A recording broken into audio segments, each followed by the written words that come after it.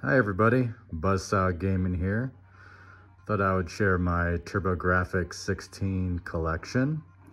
Currently I have Ninja Spirit playing in the background, so that's the background music. Anyways, Grafx 16. I love this system. This is probably top 5 as far as all systems. Number 1 and 2 being the Super Nintendo / original Nintendo. Number 3, Nintendo 64, and number 4, Grafx 16. I have a long history with this system. I mean, when it first came out, one of my friends had it. It was, a lot of fun at the time. And I remember the magazines, the video game magazines, they had a place where you could order a VHS video demo tape of the Grafx 16. And I remember getting that VHS tape and just watching it over and over and over again. I thought the graphics were so good, and plus I liked the game. The theme of the game is very different from Sega, very different from Nintendo, very much the underdog, and it was just something completely different. So this was really something I wanted. Unfortunately, back then I didn't get one. When you're young and you don't have a job and you're a kid living at home, and you don't really get much choice. But later in life, I did buy a system, and I do have 15 games. So I guess this is also my top 15 Grafx 16 games. I really only buy games that I like, that I really like, I should say, other than, I just don't want games to clutter up. I don't have a lot of room, and I have no need to just waste money on things I'm not interested in. So that's why I have relatively small collections for all of my consoles. But going back to Grafx 16, I mean, this was revolutionary at the time. Those tiny hue cards that are, a little bit larger than a credit card, a little bit thicker, were amazing. I mean, that was just something you didn't see back then. And then also, you can see in the middle right there, I have my Grafx Express, which is the portable system. And that thing, it would take the exact same games as the original home system. So this was just unbelievable at the time. You didn't have separate games like with Nintendo or with Sega. They had their own library. This is the exact library as at home. Unfortunately, this Turbo Express, it's very light as far as the screen, and the sound is very low. So it's not as user-friendly as something more modern like a Game Boy Advance, which I also like a lot. It's like a pocket Super Nintendo. But yeah, it's amazing to play Grafx games in just such a small, unique package. And not only that, back then you could attach a TV tuner to it and other accessories like that. So it was just, the end of 1980s, probably the peak of 1980s technology. If you think about it, was the Grafx 16 and their system. Now, one thing that I don't have is I do not have the Grafx CD attachment, unfortunately. It's quite expensive, and I never got around to it. There are a lot of great games on that as well, but with all the complicated ways to play it, I just stuck with the original hue card system right here, and it works quite well. I really like it. I just have an RF adapter, so you can see the RF adapter goes there and back into the coaxial behind the Sony Trinitron TV. So I don't even have AV cables. And it looks pretty good to me. I mean, I don't see any issue. It's not that bad at all. As you can see as well, I do have a Turbo Tap attached to it. The Grafx 16 was very quirky. It only had one controller port. So if you wanted to play any multiplayer games with your friends, yeah, you're forced to buy this Turbo Tap, which actually is a really nice attachment. It's got 5 ports, and it's a really nice addition. Probably a mandatory addition, I would say, to any Grafx 16 if you plan on any real gameplay. Aside from that, I have the controllers, the standard controller right there, and another standard controller right there, And you will notice that I do have this bundle of wires right there. That is the extender. That's another requirement for TurboGrafx 16 games, if you didn't know. The original cord with the TurboGrafx 16 gamepad is probably about 4 feet long, maybe. I'm not sure how long exactly, but it's pretty short. And the extender is around 6 feet, I believe. So once you combine them, which I did over here, it's connected right there to the turbo tap and to the gamepad. You have about 10 feet, which is pretty good. So that should have been a standard thing, but back then that was the way the TurboGrafx 16 worked. You had different attachments for different things, and that's how it ended up. Now, as far as the gamepad itself, it's one of my favorite. I really like the way it feels. It is similar to just a regular original Nintendo pad, but it's better. It's more curved, and it's got the turbo buttons, which are really nice, actually. That's a really nice, I guess, quality of life improvement for the TurboGrafx 16. So that's really nice. And besides the system itself, as you can see on the back part, there is a panel back there. Now the AV cables, not AV, but the coaxial cable just comes out through a small hole in the side and then connects to the TV. But you can take that out, and there is a big connection port in the back. Basically, that's where you put an expansion port to put in your CD system, your CD-ROM system. So that would go in there.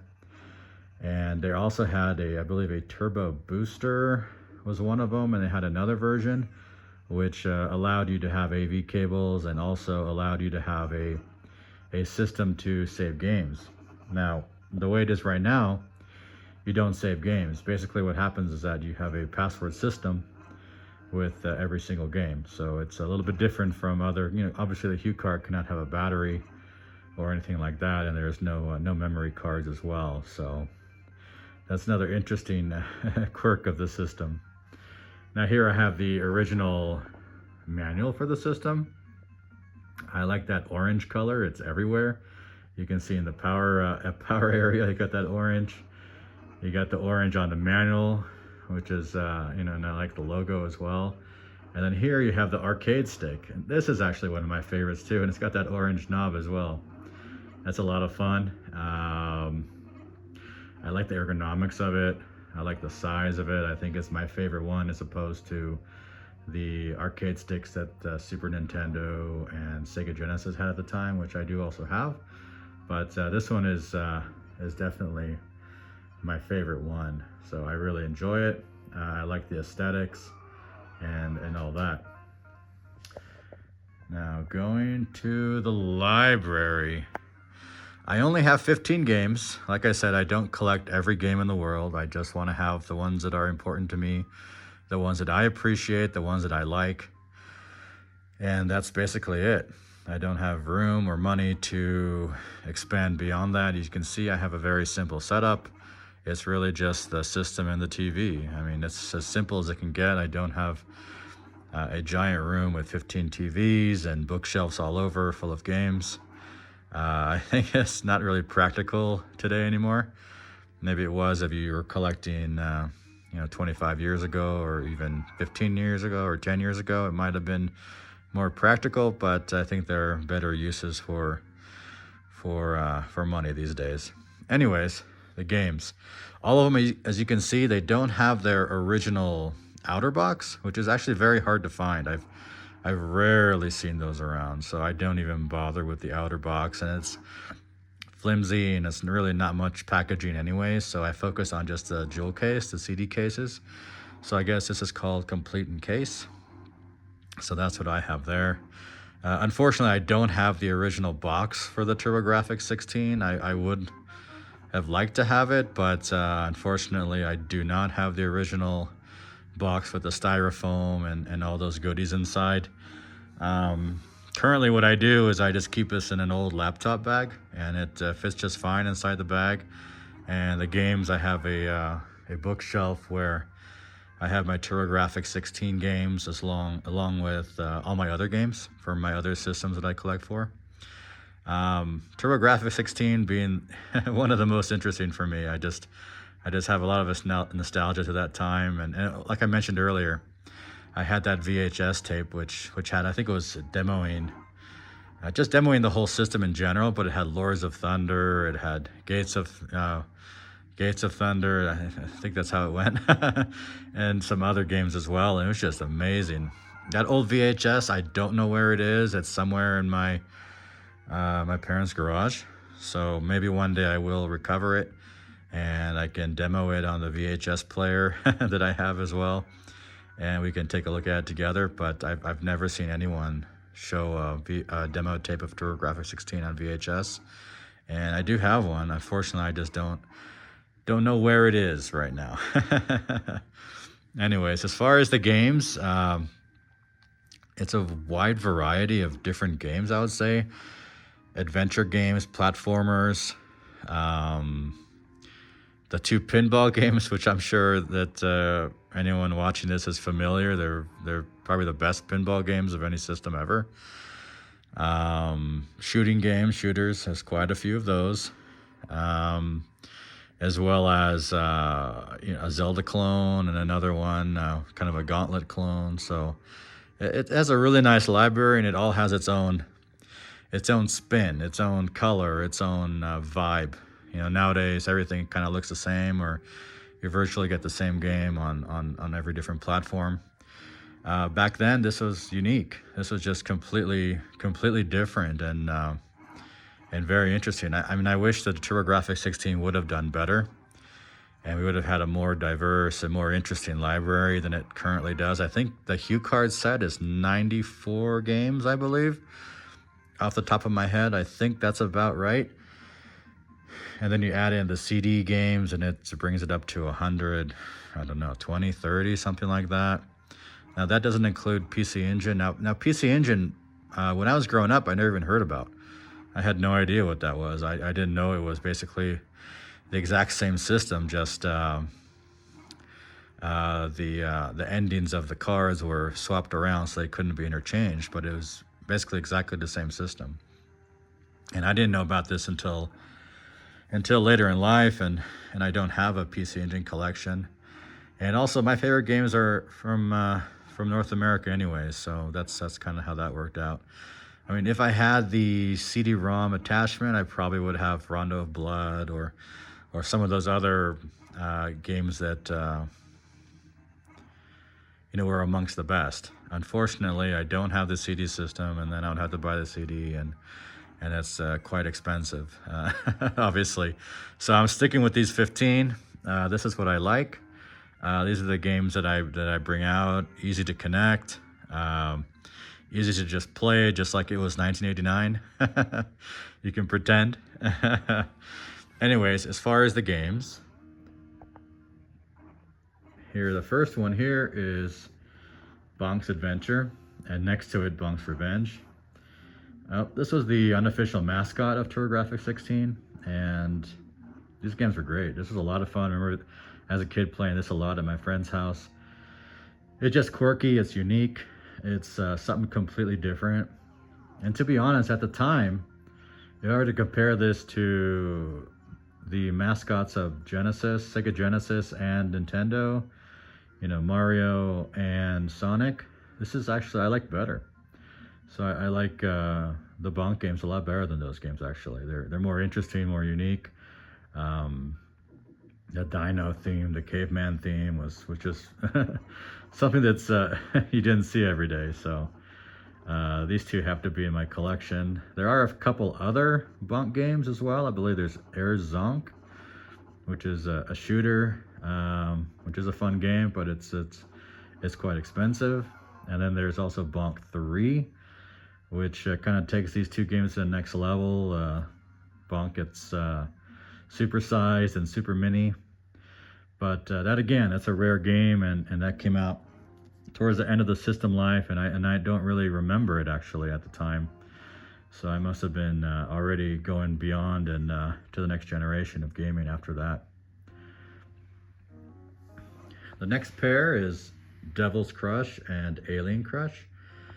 Now these two are, I mean, I'm not much of a pinball player at all, but these two really, really take pinball to the next level. Between the two, Devil's Crush and Alien Crush, I would say Devil's Crush is the better game, but Alien Crush is also a wonderful game. They're just really interesting. The mechanics are really good. It's basically like a pinball platformer, I would say.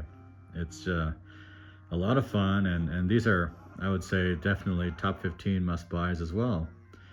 If you were to get a TurboGrafx 16, they're not too crazy expensive, so that's quite nice as well. So anyways, over here, Splatterhouse. I think a lot of you would know about this game.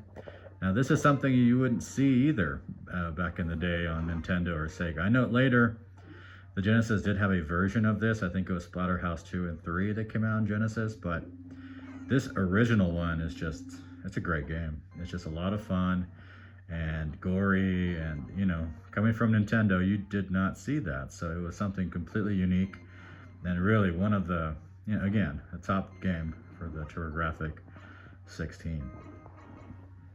Next to that, Newtopia.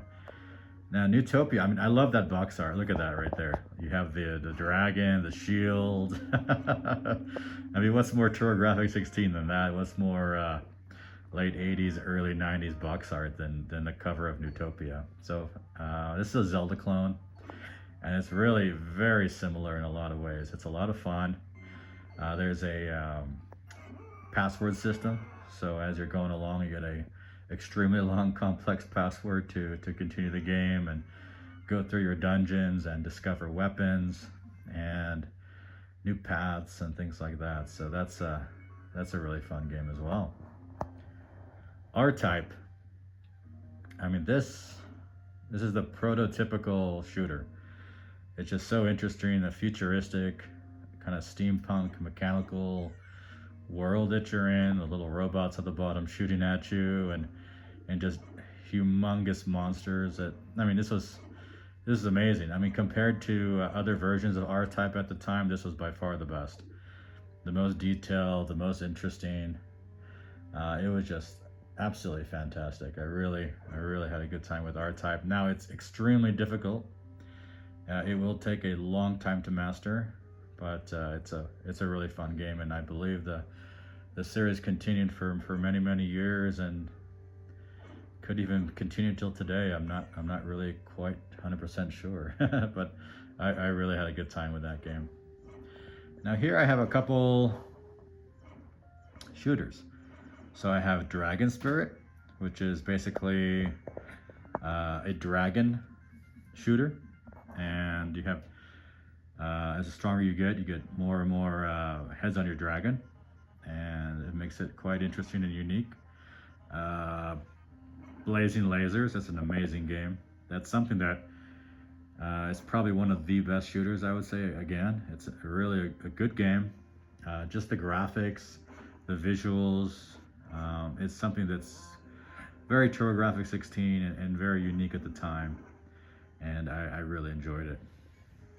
Raiden, my last shooter that I have. Now, this one has other ports on other systems. I'm not too familiar with them, but I know this TurboGrafx 16 port is really excellent. I know the Atari Jaguar also has a port of Raiden, but it has this giant, maybe like 1/3 or 1/4 of the screen blocked by a panel showing statistics and things like that, which I didn't like.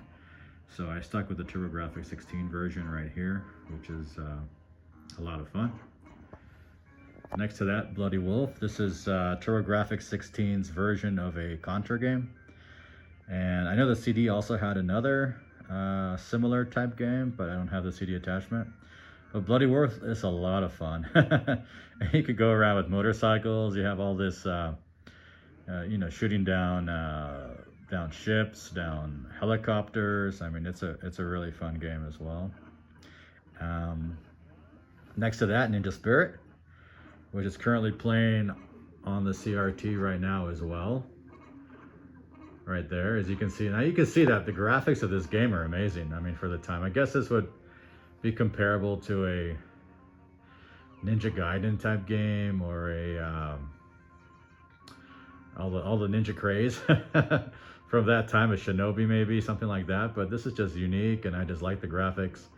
You can basically have these clones and just become super strong, and it looks really neat on the screen. So that's Ninja Spirit. Next to that, you have the 2 Legendary Axe games. This is a really good games, a lot of fun. As far as the differences between the two, I mean, I think the second one really probably is another game. It's not really a Legendary Axe game, but it's also a lot of fun. It has a lot of, I guess, kind of ghoulish themes as well, so that's a fun platformer. And the final one here is Dungeon Explorer. Now that's kind of a gauntlet clone. You choose from these different types that you have, a magician, I forgot what the other ones were, but that's a lot of fun as well. You can play multiple players, so that's for the multi-tap as well, and have a good time just cruising around. It's a very difficult game, just like a lot of those games back in the day, but well worth it and a lot of fun. So anyways, that's my collection right here. That's the top 15 games that I have, and that's my entire collection. There's nothing else. Would I add anything else? Probably not, but I'm very happy with the way it is. If anything, I might do an upgrade to my TurboGrafx Express so the screen can be brighter and look a little bit nicer. That's about it. Other than that, this is my entire collection. I have a lot of fun with it, and I still have just fond memories of this system and how much fun I had back in the day when TurboGrafx 16 was relevant and I was rooting for them. Anyways, there's a closing shot with Ninja Spirit. Thanks for watching, and subscribe if you want to see some more of my collection and maybe some more interesting retro video game content. Thank you.